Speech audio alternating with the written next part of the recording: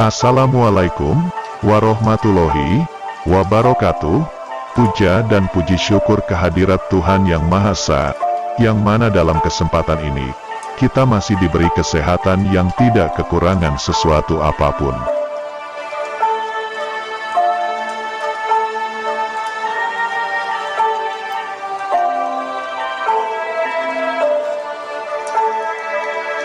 Para leluhur mengatakan bahwa perjalanan mereka sangatlah perih, seperti layaknya manusia yang hidup sendirian di dalam hutan yang penuh tantangan dan bahaya serta ia tidak mempunyai tujuan. Perihnya perjalanan yang harus ia lewati sehingga akhirnya Allah memberikan petunjuk tentang jati dirinya yang sesungguhnya.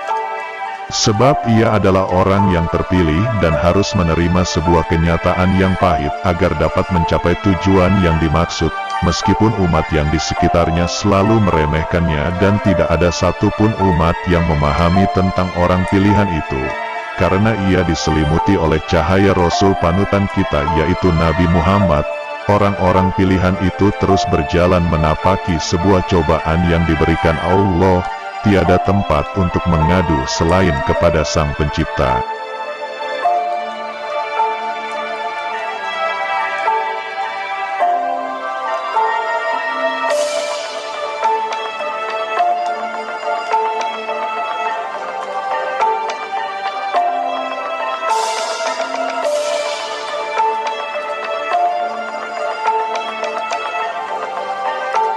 Orang-orang pilihan itu tiada waktu untuk meratapinya, meski bercucuran air mata dan darah.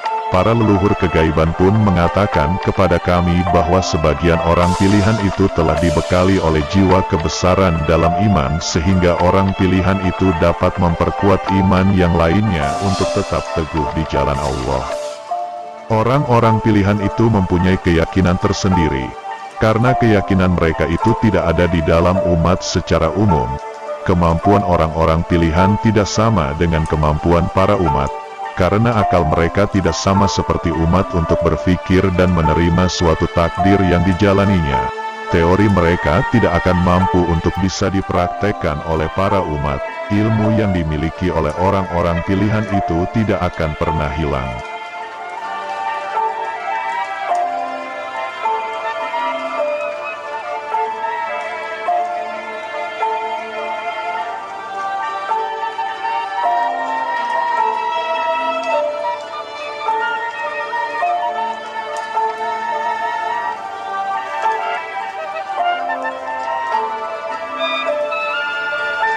Imannya tidak bisa lagi untuk diperdebatkan.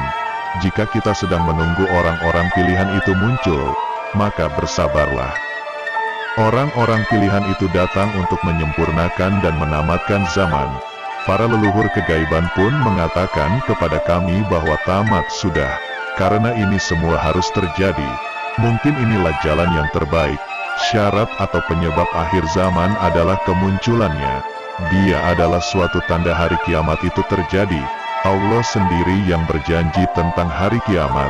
Maka biarkan Allah sendiri yang menepati janjinya. Tetaplah kita menjadi hamba yang taat dan tersenyumlah di hari akhir.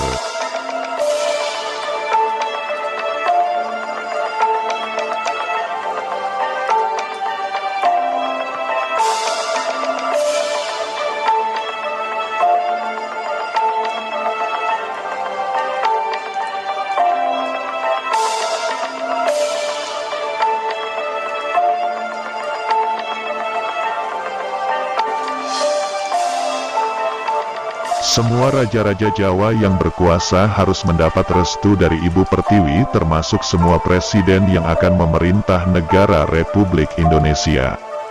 Makhluk yang menghuni Pertiwi semuanya berjenis perempuan sedangkan semua makhluk yang menghuni planet ruang angkasa atau alien jenisnya laki-laki. Mereka sengaja dipisahkan agar makhluk itu tidak berkembang biak. Mereka adalah penghuni Atlantis yang tetap ada dan tetap hidup hingga saat ini. Mereka bukan manusia, bukan pula bangsa jin, apalagi setan. Mereka memiliki kekuasaan di wilayahnya masing-masing.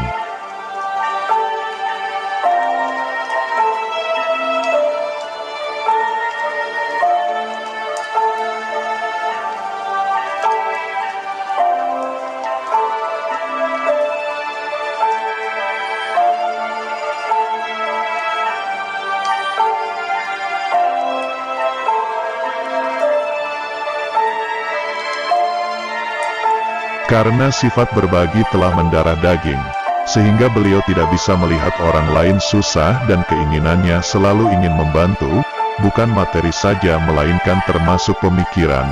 Karena itulah dalam setiap gerak, langkah dan nafas beliau sebenarnya sudah menyatu dengan Sang Ilahi. Baginya doanya pengiring saat beliau tersandung kesulitan.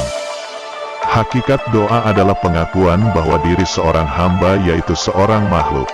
Makna tidak berdoa adalah bahwa diri ini menghilangkan bahwa kita hanyalah seorang hamba. Doa adalah wujud keinginan-keinginan akan nyata dengan upaya. Manusia hanya berupaya dan berusaha.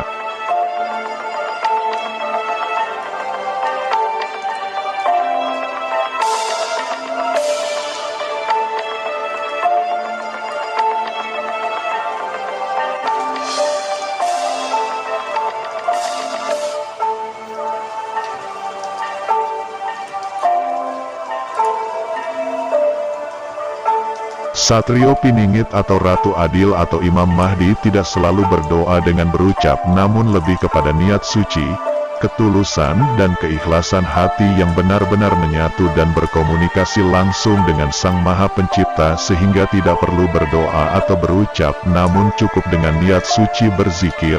Yang saya maksud di sini yaitu kalau mengingat Tuhan. Belum tentu semua doa akan langsung terjawab oleh Tuhan, tergantung pada niat serta ketulusan hati.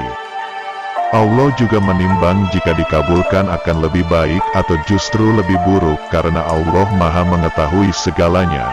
Yang pasti jika kelak Dia menjadi pemimpin, Ia tidak akan pernah membiarkan rakyat terlantar.